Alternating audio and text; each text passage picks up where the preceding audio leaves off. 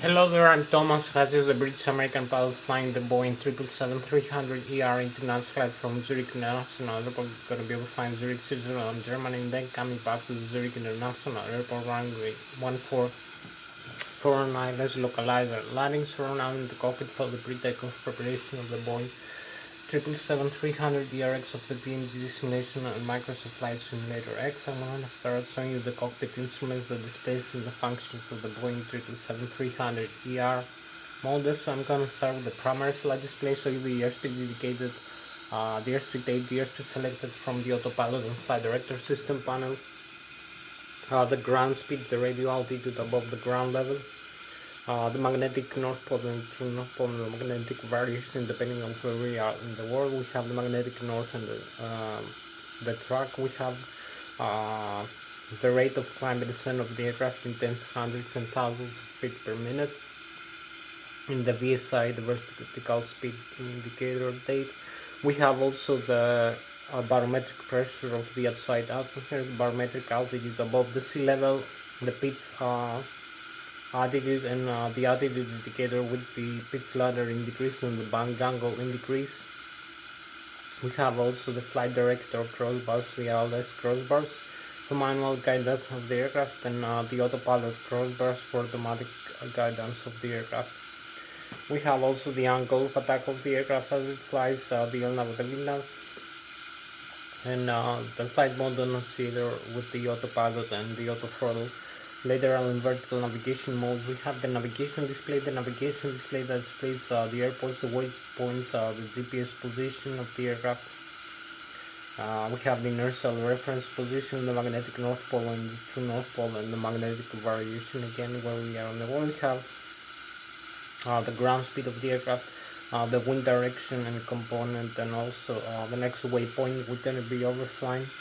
We have the RMP and the MP, the required navigation performance, and the required navigation performance, the GPS position, and we have the flight management computer. We're gonna input all the data of the aircraft, the takeoff weight, the fuel on board, the reserve fuel, the taxi fuel, the trip fuel, and also the passenger and the cargo on board. And we're gonna make some calculations. The main aerodynamic chord position I will talk to you about later, and the center of gravity and the horizontal trim stabilizer, the flap settings, and the takeoff speeds using the runway we're gonna use for departure,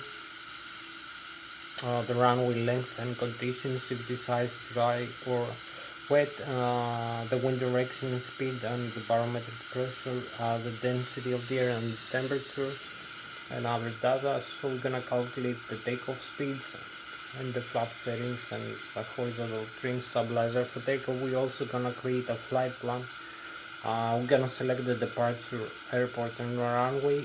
We're gonna use the seats, the standard instrument departure, intermediate waypoints and fixes, and the destination airport and runway, the stars, the standard terminal arrivals. And we're gonna have a complete route, or a complete flight plan or flight path for the aircraft to follow automatically or manually. So we're gonna use also, we have the weather radar and the terrain reflections from the weather radar. We have also other aircraft flying our own aircraft, around our own aircraft.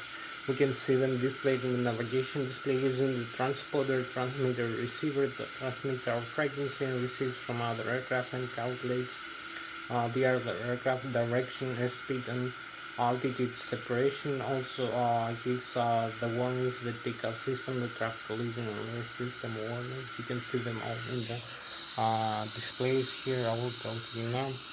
We have also the autopilot and flight director system panel, the FTS. We can also use the autopilot engage and disengage switch, the auto throttle left and auto throttle right, engage and disengage switch, the flight director engage and disengage switch.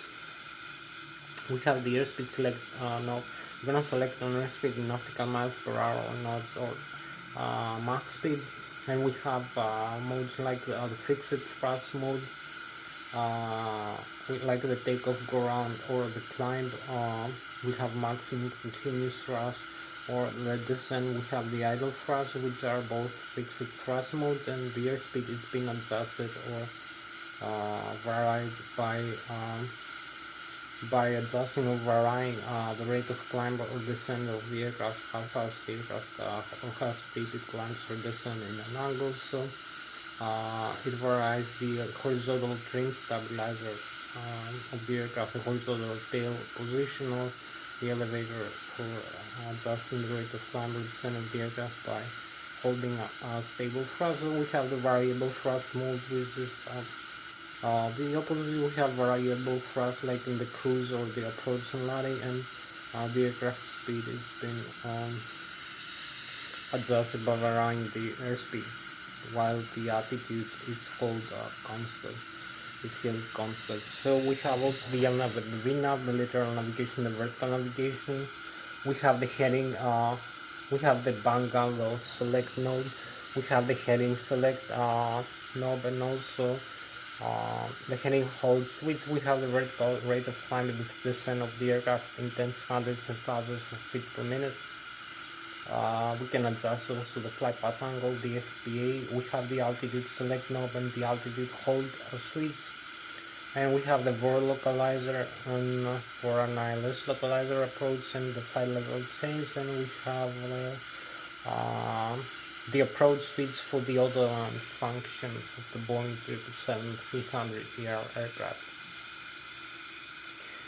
We also have, you can see here, so this is the primary flight display, the navigation display, the autopilot and flight director system panel, the upper and the lower ACAS, the flight management computer, the left, the right, and the center. And we have the thrust levers here.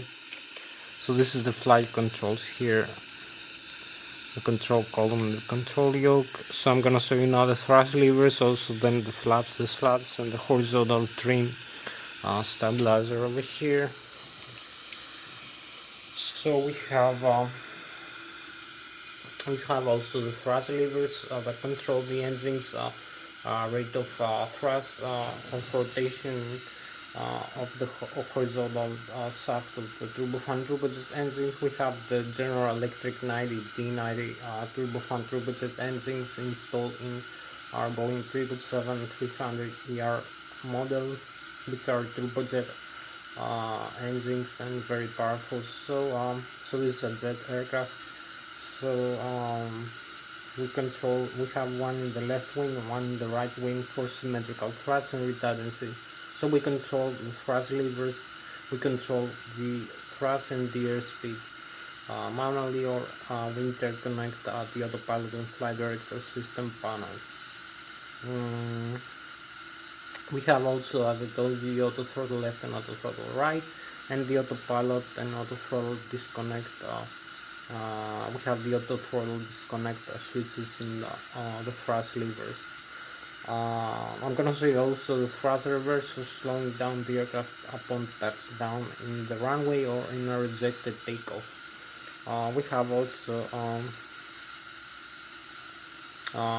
we have two thrust levers, one for the left and one for the right engine, and we have also I'm gonna show you the modes you can engage, as I told you, with the autopilot and auto throttle modes and the flight director. Also the LNAV and the VNAV, which controls the lateral and the vertical navigation using the flight management computer, the flight plan you have created, or the flight path, or the route, call it as you like.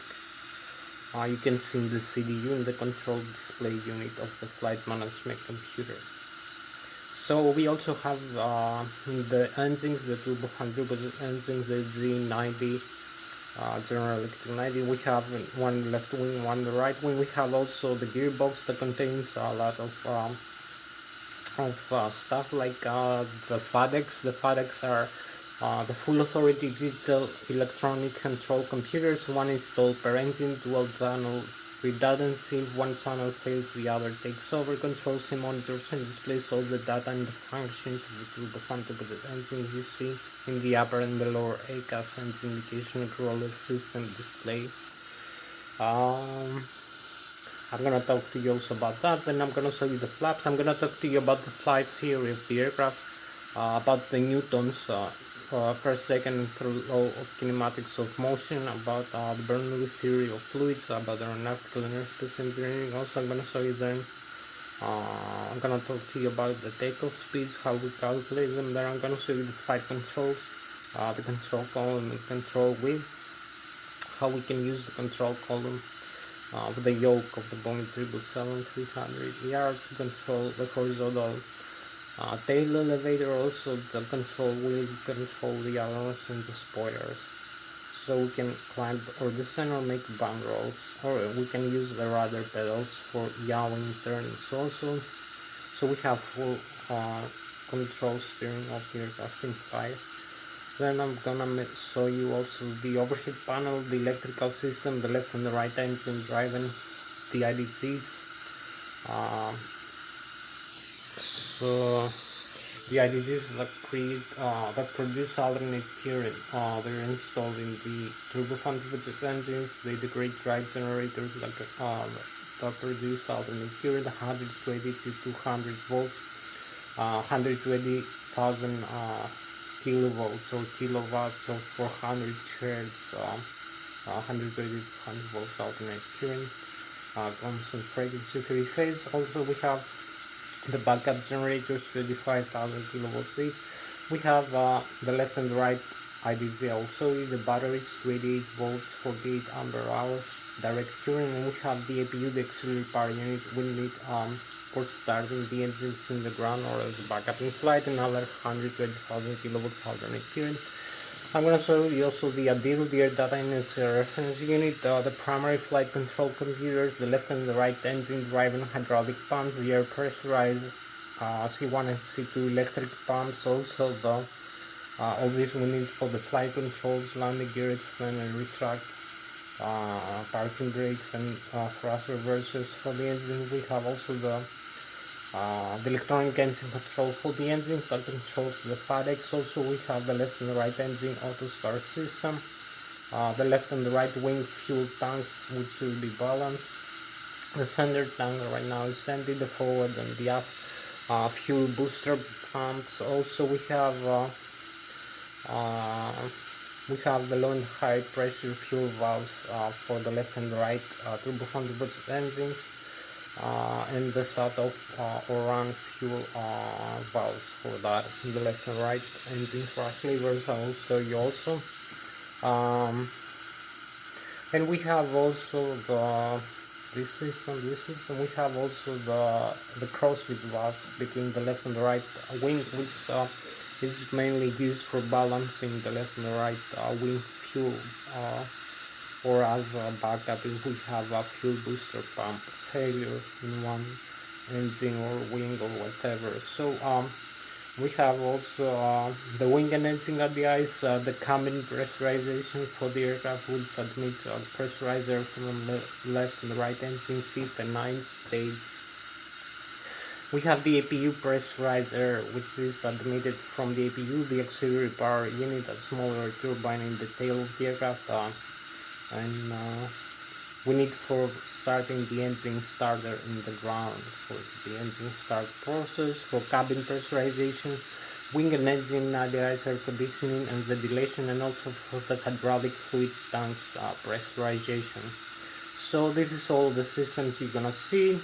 So thank you very much one more time for watching me. I'm Thomas Hatsios, the British American pilot flying the Boeing 777-300ER into night flight from Zurich International Airport all the way over Switzerland and Germany. So I'm gonna start now.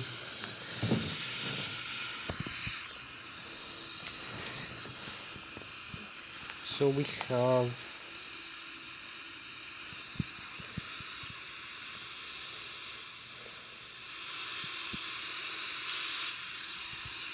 so you can see the whereabouts of the aircraft all around, some nice views, and we have about an hour left or 60 minutes for this video to end.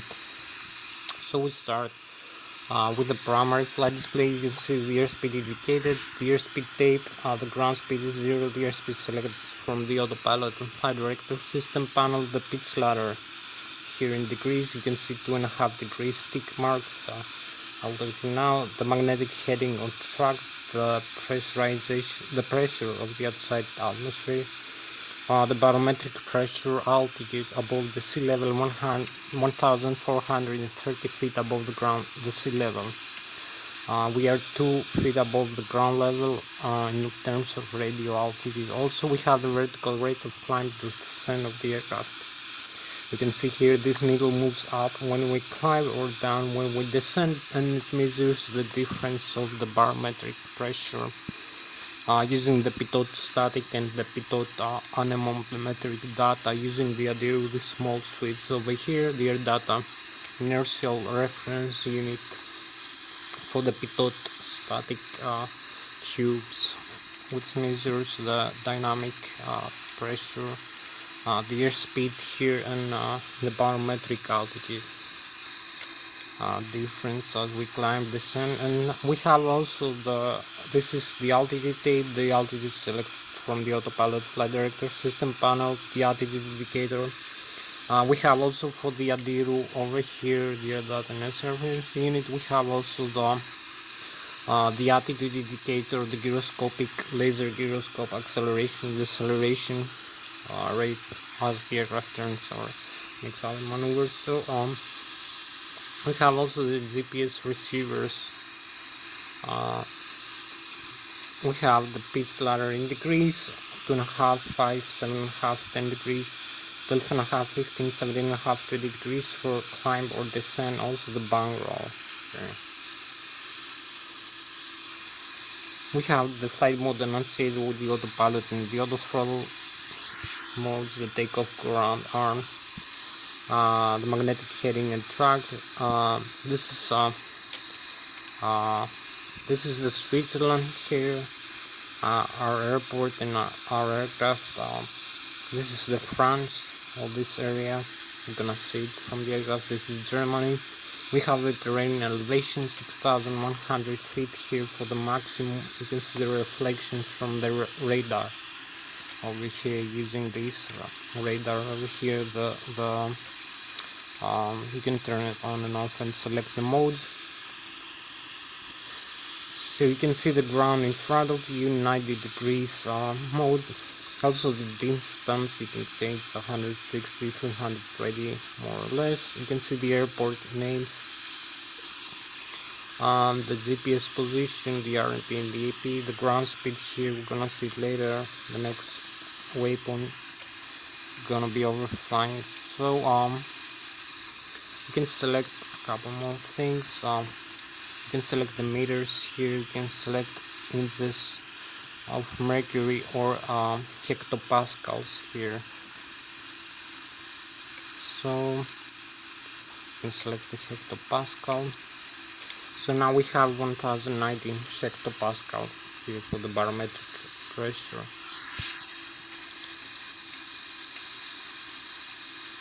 So now we're gonna have the north reference here, the magnetic or true.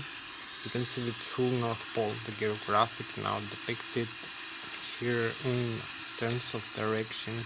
And here the north pole. We're gonna set the magnetic again. Now we have the normal.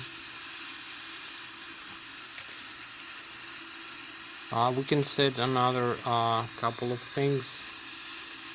We have the LNAV and the VNAV. So we have the auto throttle, the left and the right, on, off, auto throttle left off. You will see one auto throttle, the left is off with yellow over here. You will see the right is off, both off. If you need it, you have the auto throttle right off. You can select here or here the flight level change. This is also the press the flight director on and off. So you can select an airspeed, a different airspeed. I'm gonna set for takeoff or after takeoff actually. So we have the auto throttle here mode, the climb continues, the VNAV and the LNAV. And this is the autopilot engaged and disengaged. The autopilot is engaged, so we can disengage by pressing out and holding this switch. You will see the warning over here, and autopilot disconnect with red.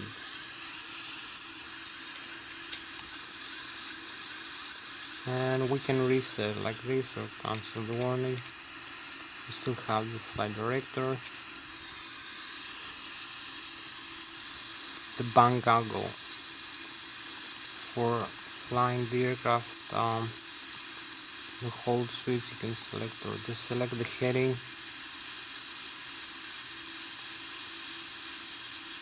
(136°). For the run we're gonna use for takeoff, heading or track. You can see it's either indicated airspeed or Mach. When we fly, we have the altitude also. We're gonna set the altitude 35,300. We have also this hold switch, this hold. So now we reconnect the autopilot again, which is different kind of information. Now we have the flight level change speed for heading and also heading hold with this airspeed selected. This altitude 35,300 or 7,700 meters from this aircraft elevation right now 491 meters or 1,006. Maybe we need to turn this again. It's 1,400, and one more time. This turns the elevation, the barometric pressure 103. We need to turn this way to decrease, or press the standard action. Just doing this one time. Yes, and now we have it. We can set 2 inches of mercury again for the barometric pressure.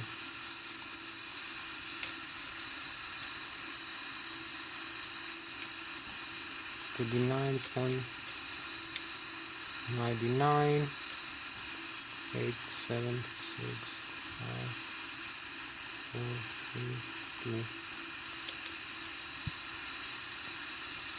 So we have the barometric pressure here setting for the altitude 9.92, 1,430 feet. So we have the flight level change speed.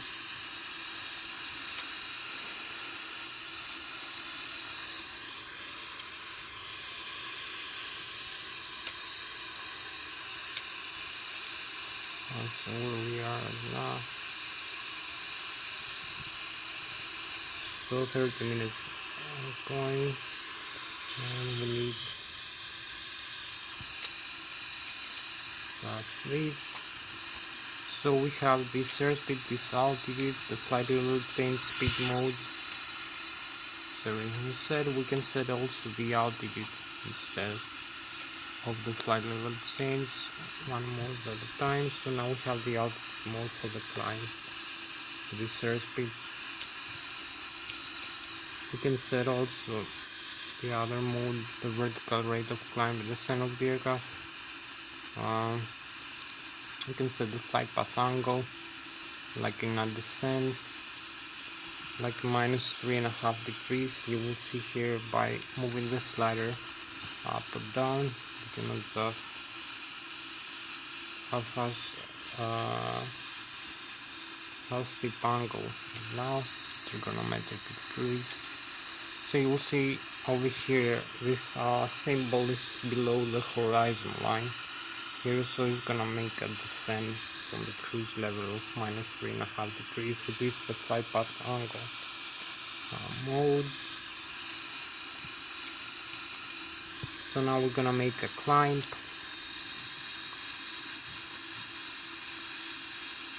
So it's gonna make a positive climb. You're gonna see the +3.5 over here.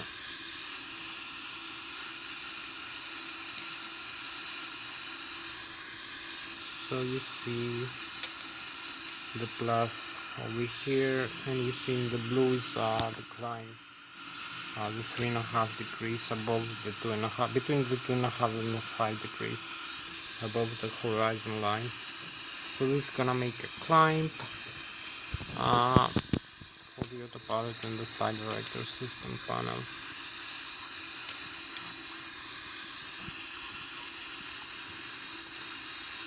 So now we're gonna have a descent.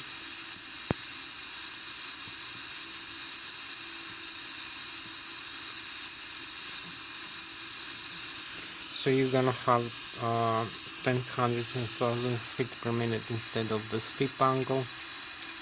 So you're gonna see this here instead of the pitch ladder. You're gonna have this purple indication that you have the descent with this rate of descent.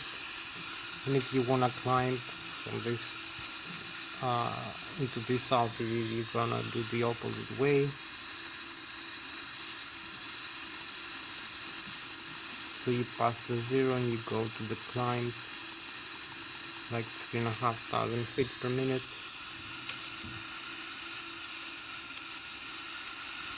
You will see here again having a purple indication here, 3,500 feet per minute.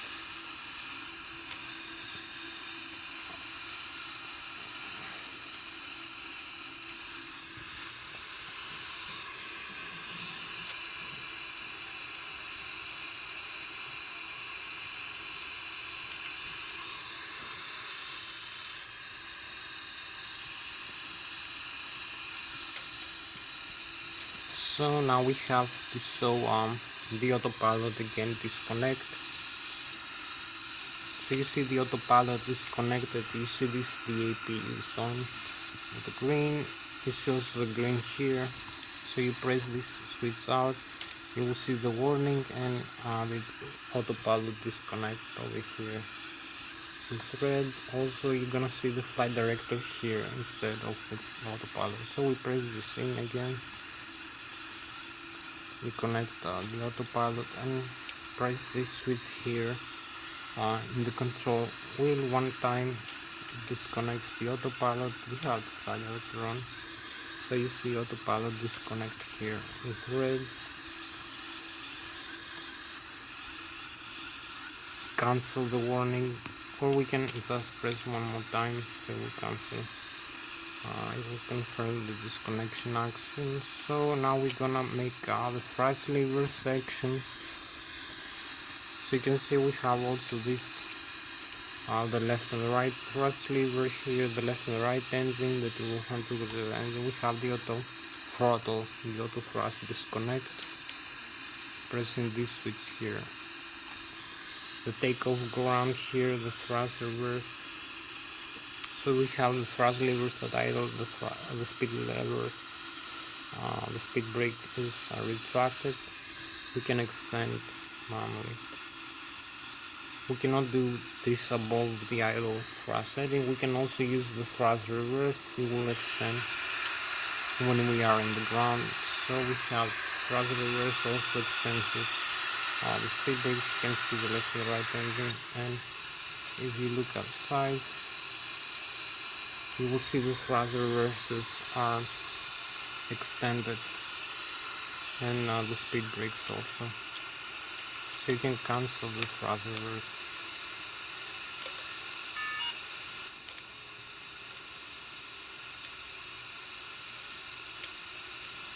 Again, one more time.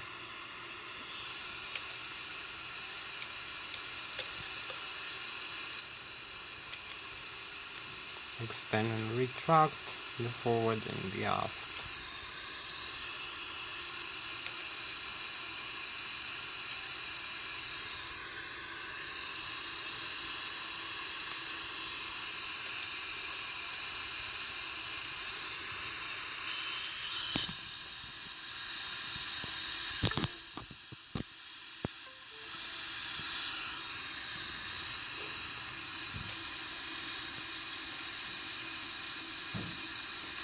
So now we have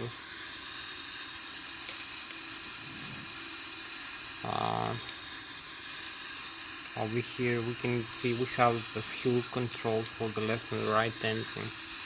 The fuel, you can start off the fuel valve, the non-high pressure. You have the left and the right engine, the takeoff ground arm, the speed brakes, extend, retract, the flap settings over here. You can set which increase or decrease the surface area of the wings. You will see over here. Also extend how many degrees you like.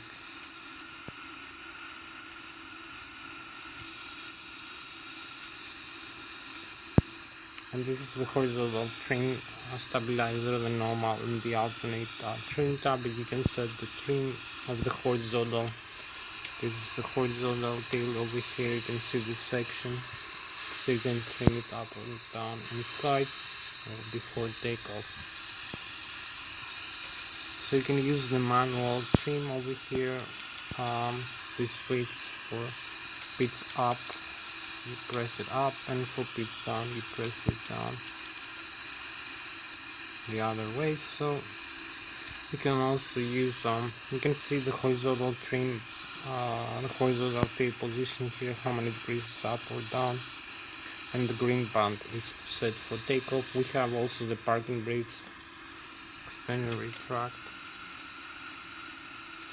So this is the normal, the alternate horizontal trim stabilizer, and this also has the horizontal trim tail, which has an autopilot and auto throttle control mode, the auto trim function. So we have a failure of this hydraulic fluid over here, tanks or pumps, the C1 and C2.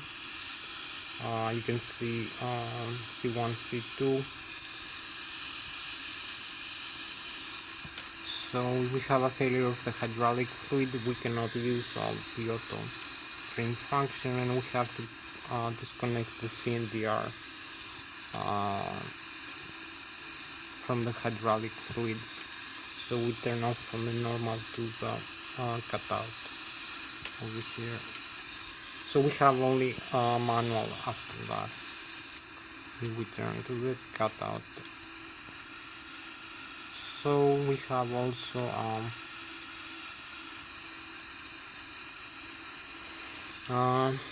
you can see here we have the control wheel. So we have the aileron trim also here, the position, and you can set the aileron trim over here from this control panel. You can set also the rudder trim, see how many degrees rudder with the vertical stabilizer here, the vertical tail also has the trim function. So the engines, you can see we have also an aircraft coming here closer to us. You can see an incoming aircraft is visible here in front of us, like about it's like now 7.5 nautical miles from us from here, like 35 degrees, 10, 15, yeah, about 50 degrees in the front of us. So you can see here it's coming closer and closer, and it's 2000 plus 26 is 2600 feet above us. Now it's coming to the 5 nautical miles distance, is about 6 nautical miles in front of us. So you can see it now blinking. So this is a warning that another aircraft is coming in front of you. This is the distance, the direction, and you may see a warning also. So we wait a couple of minutes, we'll see the aircraft coming closer and closer. So we see also in the radar now it's 5 nautical miles away, plus 2000 feet above us. We can see also we have another aircraft in the runway behind, is taking off now. So we see this aircraft in front of us, it's coming closer and closer, plus 1500 feet above the ground level where we are above the aircraft, plus 1400. Now it's closer than 5, is about maybe 3.5-4 nautical miles. It's gonna be like 2.5 plus 1,200 feet. You can see the terrain elevation also. So plus 1,000 feet. And it's getting closer to 2.5 nautical miles. So now you see the red light blinking. The strobe is coming closer. Full landing over here in front of us. It's gonna land. So it's like 2.5. It's getting closer and closer.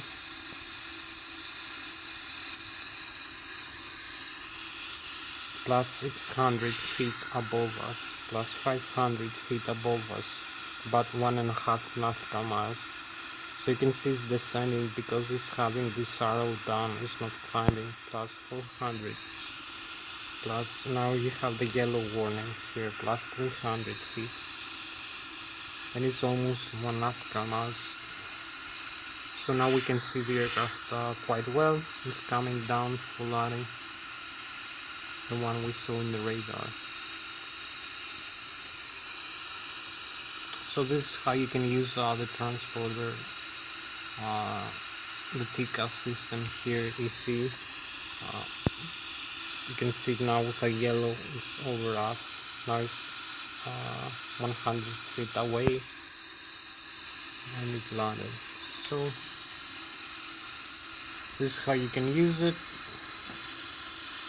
The TCAS system, traffic collision alert.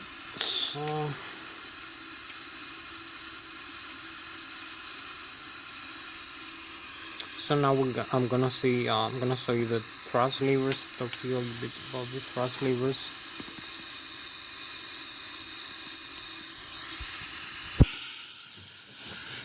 So we have the left and right engine thrust levers to control and modify the thrust produced from the engine for the turbofan and the general 390.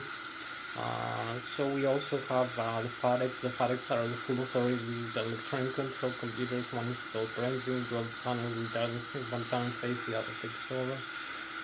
You can see the displays and the monitoring of the function of the engine. Like the N1 is, we can see the upper and the lower ACAS and indication for the system display. The N1 is the low speed starter and start the low pressure compressor and turbine of the turbofan turbulent engine. We can see the exhaust gas temperature, the outflow pressure from the 5th and the 9th stage of the turbofan turbulent engine. From the 5th and 9th stage, we have also the N2, which is the high speed starter and start the high pressure compressor and turbine of the turbofan turbulent engine, the fuel flow per engine per hour. In thousands of pounds per an hour, in thousands of kilograms, the oil pressure, temperature, quantity, and vibration of the N2 stage of the engine in terms of horizontal phase inches. We can see also the FADEX also control and monitor the fuel flow, also the engine start, engine shutdown if we have a failure. Also we have an overpressure inside the engine if we open the 5th and 9th stage, the outflow valves into higher setting to relieve the pressure from inside the engine. We have another pressure to close it into a lower setting to increase the pressure. Also we have as the aircraft flies from the sea level into higher altitudes like cruising altitudes like 20, 30 or 40,000 feet above the sea level, we have different pressure and density, air pressure and air temperature is freezing below zero. Also the oxygen level is much lower than the sea level, and also the aircraft flies in airspeed of 2 or 3 times faster than that of the sea level. So as we climb higher, we need a different fuel mixture request every second. So this is being adjusted by the FADEX also that controls the fuel flow and the fuel mixture and the fuel metering units. Also, as we descend from the cruise level back to the landing, we need a different fuel mixture. So everything is done automatically instead of doing manually like in the turboprop aircraft. So it's a good thing to have the FADEX installed in your engines, the left and right turbofan to the engine. Now I'm gonna show you the upper and the lower ACAS display, also the thrust, the symmetrical thrust. you can see here. So we can apply some differential thrust like this. You will see one engine at a time. We have differential thrust. So you can see the difference of thrust produced like this over here.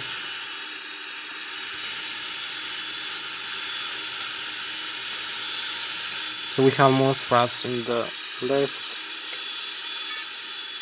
more thrust in the right actually. Now we have more thrust in the left, one at a time. So we see more thrust in the left side. So this is the low speed starter and shaft, the low pressure compressor and turbine, the left and the right. The maximum continuous thrust, the green 104.6%, the green, the low and the yellow limits, the exhaust gas temperature in Celsius degrees. You can see the outflow pressure from the 5th and the 9th stage of the bleeder of the engine, the cabin pressurization, the total fuel on board in 102.6 thousand pounds. You can see the landing gear here, other functions, the terrain override, the lock override, the alternate gear. We have a failure of the normal. We can extend the alternate mechanism. We have also the auto brake if we reject the takeoff, the flap limit, and also the external retract limit for the landing gear. So this is the engine, the flaps also, left and right engine. So it was the N1. This is the N2. The N2 is the high speed starter and shaft, the high pressure compressor and turbine of the turbofan turbo design. The left and the right, the fuel flow per hour, thousands of pounds or thousands of kilograms, oil pressure, temperature, quantity, and the vibration of the N2 states of the engine. So we move forward the thrust levers. You will see the engine, the thrust levers angle, the commanded and the actual. It takes like a couple of seconds for the engine to spool up or to spool down when we move on. So you have to anticipate that and fly when making corrections for the air speed and the thrust. So I'm gonna talk to you now about, if we have a few more time, about flight control. So I'm going to talk to you about the Newton's first, second theory of kinematics of motion, about aeronautical and aerospace engineering, about the Bernoulli theory of fluids, about the aerodynamics of the flight. So for this aircraft right now, I'm going to start showing you these things. So we need, for every aircraft, you can see we have the mean aerodynamic chord position. So you can see the aircraft wings, they hold the aircraft weight in total. By deflecting the airflow, the air mass. Also, you can change direction. You can see the vectors from the left and the right engine that propels the aircraft forward. You can see the longitudinal axis or transverses through the center of gravity of the aircraft that is being located about here. Also, the lateral axis from wingtip to wingtip, and you can see this is the mean aerodynamic chord position. Is about 35% of the Mach. Is where the maximum aerodynamic pressure occurs above the wing. It's also the position where the stall begins for the aircraft. The airflow becomes detached from the top surface of the wing. It's also the position where the center of pressure is being located. It's also the position where the center of gravity is being calculated for an airliner aircraft, but here. So we have also the moment arm, or the lever arm is times the distance from the center of gravity all the way back to the horizontal or vertical tail over the surface area of this flight control, over the elevators of the rudder. So you can deflect the airflow times the distance times the airflow per second times the earth acceleration of gravity, depending on where we are in the world. So you have a deflection of airflow, so you can pitch up or pitch down the aircraft. You can also make bang rolls left and right, or have directional control. You can have also you can see the bottom surface of the wings is more flat, so the airflow moves slower below the wing using the Bernoulli theory of fluids. So with the air pressure is much higher below the wing, which pressurizes the wings up into the air. as we accelerate for takeoff. Also, the top surface of the wings has much higher curvature above the wings, so using the Bernoulli figure again, the airflow moves much faster above the wings. We have an air suction which sucks the aircraft up into the air. We have also the deflection, the airflow again. So we have a couple more minutes for that. So for this aircraft we have 254,000 kilograms, 531,000 pounds, or about so we also have 531, so we have about 102,000 pounds or 46,000 kilograms of fuel on board, and we also have about 30,000 kilograms or 46,000 pounds of passenger cargo. So in total we have 521,000 pounds or 484,000 kilograms. We need to accelerate to about 154 nautical miles per hour, 154 knots for takeoff. And also we need so we have about 9 minutes left for the start, so I'm gonna show you the takeoff speed later. We have not much time for that. I'm gonna show you only the flight controls. So we need to accelerate to about 270 kilometers an hour for takeoff. So now I'm gonna show you the flight controls, how to use the side stick here for controlling. You can deflect the side stick up and down. You can see I can control the yoke, so I can climb, I can descend, also bang roll left and bang roll right. Also the rudder pedals, we have the nose wheel steering, the tiller over there, and the thrust levers like this, forward and aft. So you can see that both sides, the first officer and the captain, are interconnected, and we have full movement. We can also leave neutral as we fly. So we have full flight controls like this as we fly. Now I'm gonna show you the outside view of the same thing, and then we're gonna make the engine start demonstration. So we have here, you can see here the outside view of the flight controls of the side stick. So you can see I can move the side stick, also the flight controls moves accordingly. You can see the side stick deflection is proportional to the flight controls deflection. So hope you like it. Now I'm gonna come inside the cockpit, show you the overhead panel and the control display unit, and make the engine start demonstration.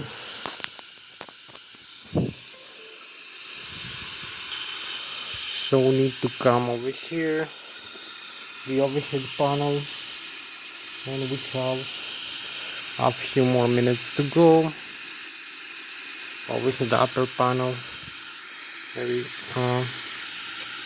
we haven't much time for this. Just gonna set here the flaps for takeoff, 80 degrees. 1.5, you will see the flaps for takeoff. Over here you have also the autopilot here, a better view. Everything is set. So you can see here we have the electrical, the circuit breakers. You can disconnect some hydraulics for maintenance to the ground. The air data and reference unit, the primary flight control computers, as symmetry compensator here. The APU, you can start the APU, battery, APU generator, battery, the left and right IDC, the great drive generator. So this is all the electrical system, alternate and direct current. The passenger oxygen, the window heat, the hydraulic, left and right engine. You can turn off to see what happens, maybe in another flight. We have the cargo fire over here, the engine, electronic engine control mode, the auto start over here. You can use the auto start on and off.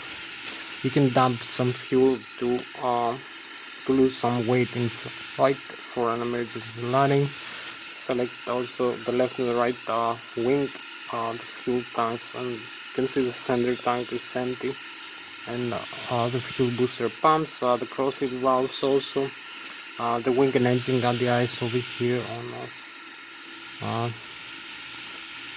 auto also. This is also the lighting system of the aircraft, the windshield wiper left and right. This is the cabin pressurization system, normal and alternate, climb or descent. You open and close the outflow valves. So we have the hydraulic here left and right. We can turn off very quickly. You will see what happens. We will turn off all the hydraulic pumps here.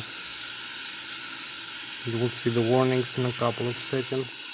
So you see the fault coming up. And here we're gonna have all the failures concerned with this system. You will see the autopilot disconnect, flaps control, / primary, hydraulic pressure. We have alternate flaps also, flight controls and CNR. So we lose also the auto trim like this. So this is very important, the hydraulic system. So we turn on again. And we wait for a couple of seconds, back on. And this is the pressurizer, the left engine, right engine and the APU. So we have to show you also that. So we can turn off. You will see what happens. We're gonna lose the cabin pressurization. The APU also bleed off right engine, bleed off left engine. Maybe lose the hydraulic fluid. So we turn on again. We need the APU also starting the engine. So this is all for the overhead panel. Now it's gonna come in the CDU display. So we have the display on. Display the engine, the status. You can see the APU is running, hydraulic, the oxygen level, the checklist, the normal menu, non-normal if we have a failure, communications, navigation. So the synoptics, you can see the doors of the aircraft are closed and the cabin can be pressurized. The landing gear, you can see the pressure of the tires, the temperature of the brakes, electrical system. Also in the overhead panel, you can see the voltage here and the amperage of the battery, charge or discharge. You can see where the electric goes. Hydraulic left engine, right engine, hydraulic pumps, the C1 and C2, where the hydraulic fluid goes, and 3000 psi each system. The start of valves, the fuel system, left engine, right engine, center tank, crossfeed valves, total fuel on board. We have only the left and right wing, and here is the minimum fuel temperature, -37. The air system, the bleed air from the left and the right engine, also from the APU. We need for starting the engines, and the flight controls. The last section, so you can see I'm moving the flight controls around. You can see everything is normal, also the horizontal trim stabilizer position. So we go back in the modes in the engine. So we turn off both engines and restart very quickly. So you can see the auto start is on. Engine shut down, auto start. We need to also turn on the lights. So we see over here the auto start is on. Engine shut down. Also there is no fuel flow now, so we come outside. You'll see no the engines, the right and the left are only spinning because of the pressurizer. So we turn on very quickly like this, both left and right, and we have the pressurizer and the fuel now. Fuel flow is on. You can see from 0 it goes up. So we have both engines, the right and the left.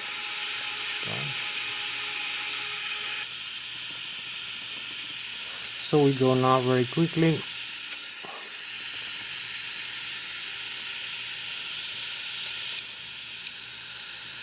So we have again the initial, the menu, the FMC, general electric position, the index, the performance, 0 fuel weight, gross weight, reserves 5%, cruising altitude 35,300 over here.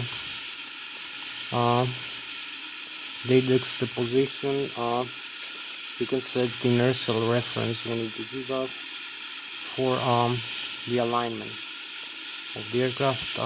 The cost index 100%, minimum fuel temperature and the route from this Lszh back to Lszh, runway 14, departure Lszh 12, arrival Lszh 14, Transnegria 1 Alpha, Transamity. So we have the legs, cancel the discontinuity, activate and execute. So you see the flaps we're gonna set for takeoff 15 degrees, center of gravity, and these takeoff speeds are activated. So we have the full flight plan, we can go for takeoff. So we disarm the parking brakes and go, advance the thrust levers, and use the tiller for steering the nose wheel.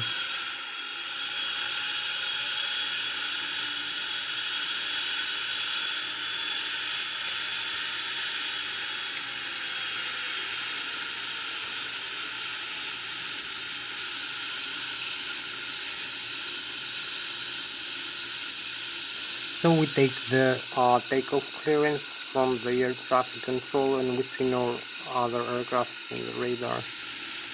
So we align only with the runway here, the heading. So we use this nose wheel steering, also the rudder pedal for alignment.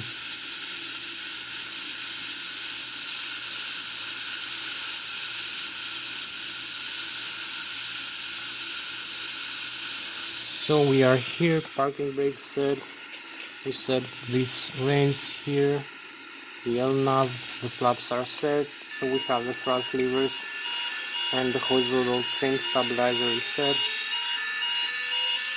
So we're ready for a takeoff here. You can see where we are and where we are going, and we have like disarm the parking brakes and go.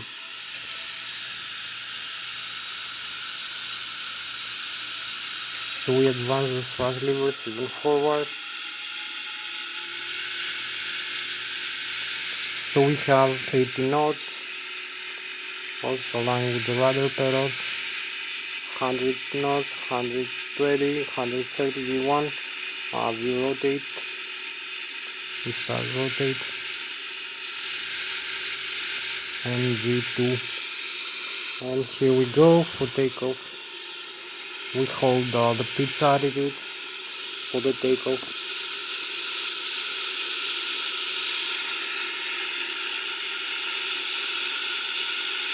So we have the positive rate of climb, we track the landing gear.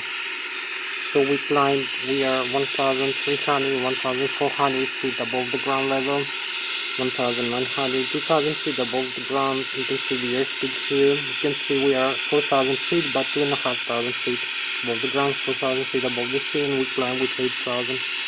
The pitch altitude also very important. So we need to decrease the pitch rate altitude. So we see as we climb, and we start the turn for the first waypoint. So we keep climbing, we hold up a little bit. So this is how we depart over here. And we have about 14 more minutes for this flight.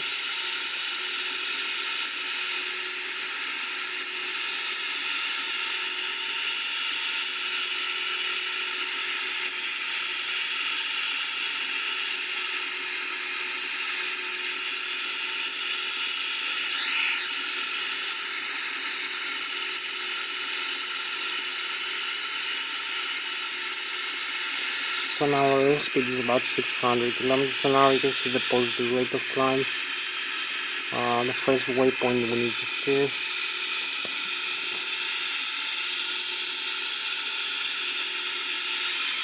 So we're gonna have a nicer upside view right now. You can see where we are as we climb.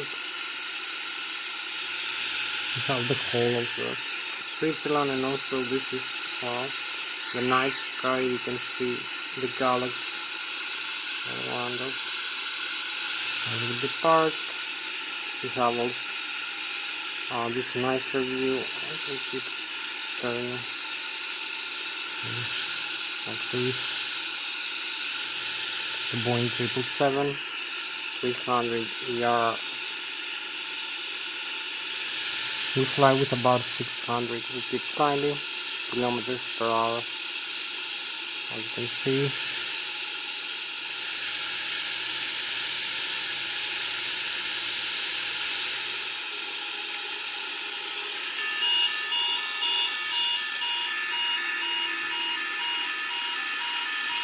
So we have another speed here, and we need to keep turning.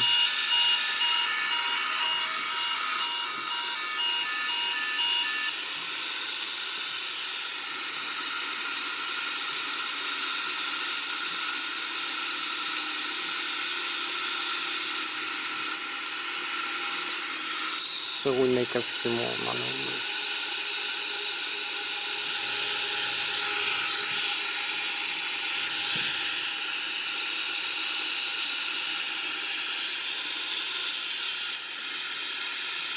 We need to come into the first waypoint here, increase also the rate of climb, and we have about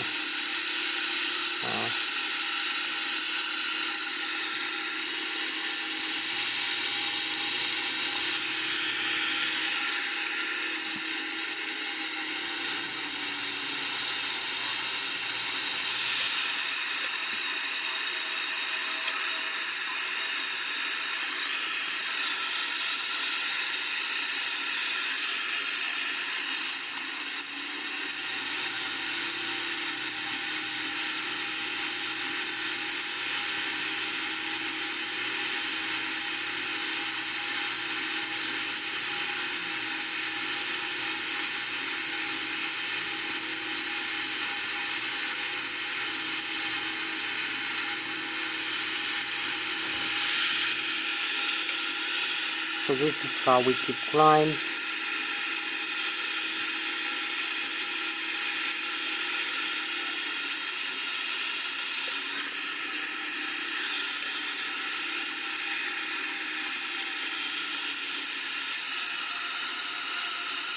And we have about a few more minutes left to go.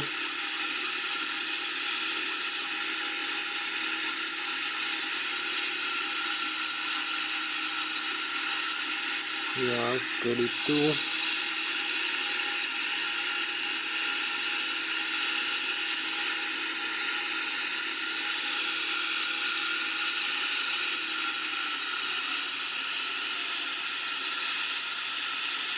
$33,300. So you can see the Germany in front of us. We have the Bayern Munich area. We have the France over here, this region, and the Swiss Alps over here from this side. So this is how we overfly the Switzerland, also the lake, and you have the Bayern Munich in front of you, the star sign. We have the galaxy. So this is our spacecraft for tonight, the Boeing 777 300ER, 34,500, 300 feet above the sea level. So you can see the frozen vapors. You can see we have the Germany in front of us, the Bayern Munich. So we're gonna cross very close this region, and also the lake here. We have the Switzerland side. So we'll go back inside, and we're gonna see as we climb. We need to retract all the flaps and increase the airspeed. Now we use twice the simulation rate for this flight.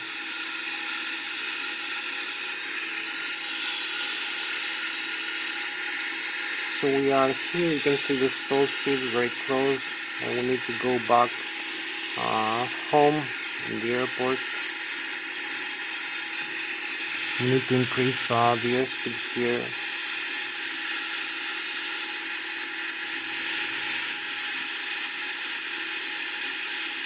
and we keep flying manually like this.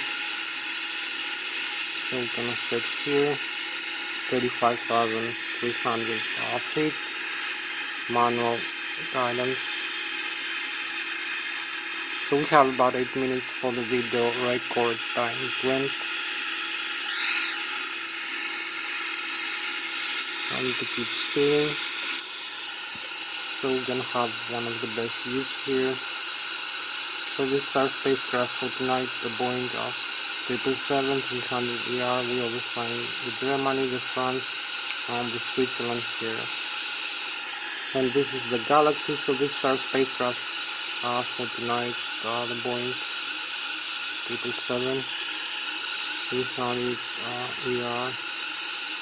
As you can see, we have one of the best views, and we need to go back for landing. So this is the Bayern Munich region here, this side.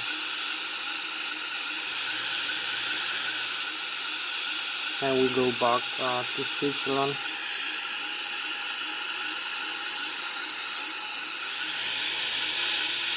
We need to have an overstay, I believe.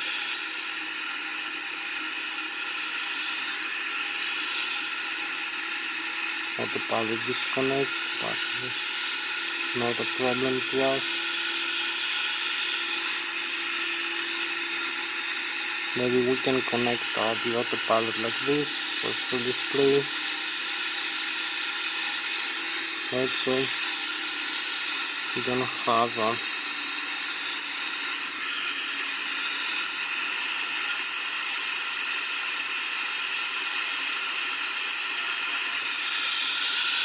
direct to the waypoint, the last waypoint. Also the landing altitude, the airspeed for landing here.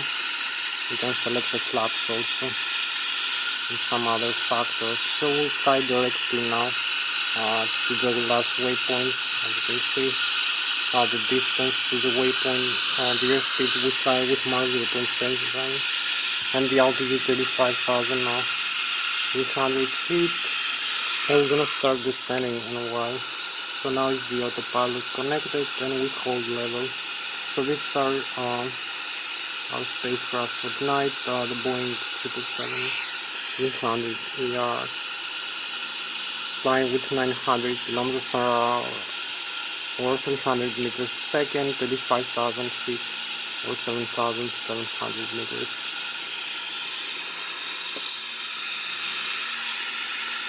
So we need to start descending now.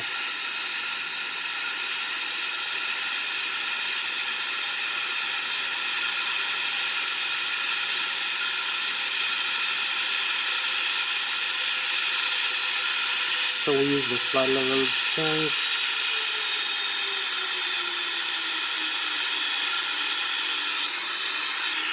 So we're gonna start having a descent rate.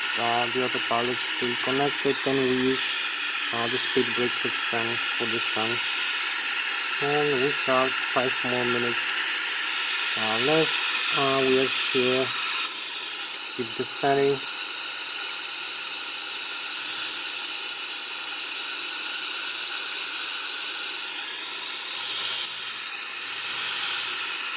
$32,000.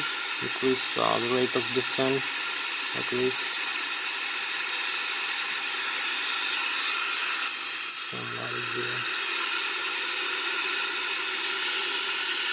We'll disconnect the autopilot in a couple of seconds. Need to slow down and descend fast. Also, I'm gonna disconnect the autopilot, use the Volo.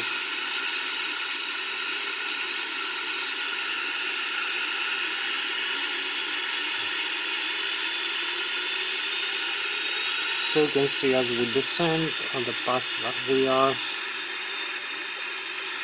we can keep descending. Also we decrease the airspeed like this. We can decrease it even further.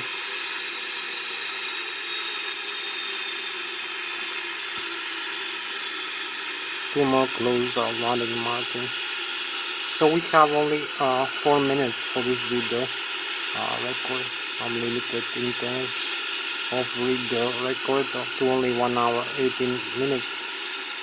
So we have 4 minutes left. We need to go for landing very fast.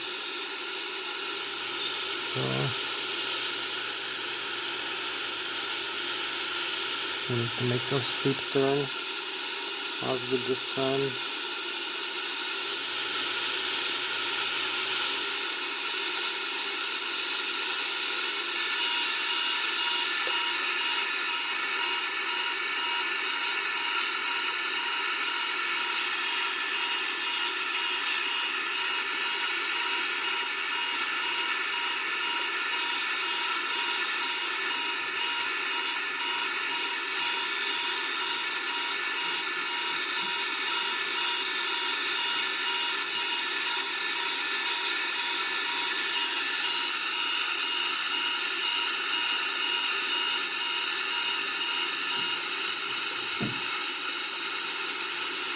So we need to increase our rate of descent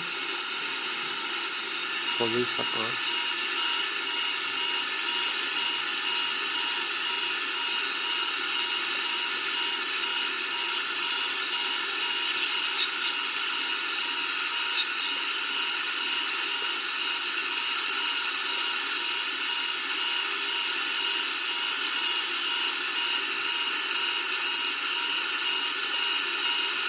So now we go into the normal descent approach.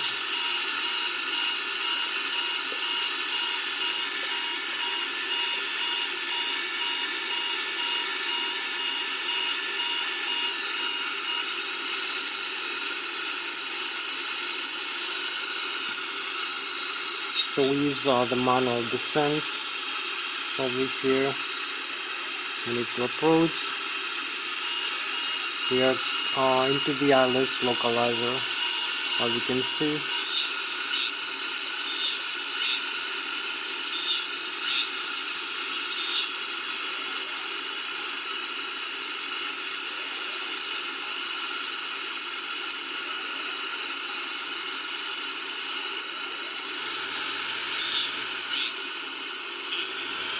Then, so here we are, parking brakes and reverse thrust.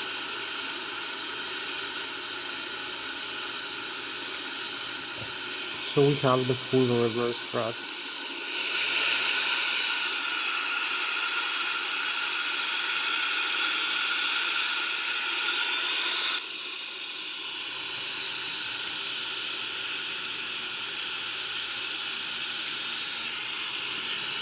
So we landed very nicely with the Boeing 777 with an overspeed landing, and we still touched down and landed remarkably. Well, you can see the nose wheel here. You can see the parts are perfectly normal. There is no breakage of the wheels, so the aircraft is standing the way it should be. After the touchdown, the nose wheel, the left and the right landing gear also.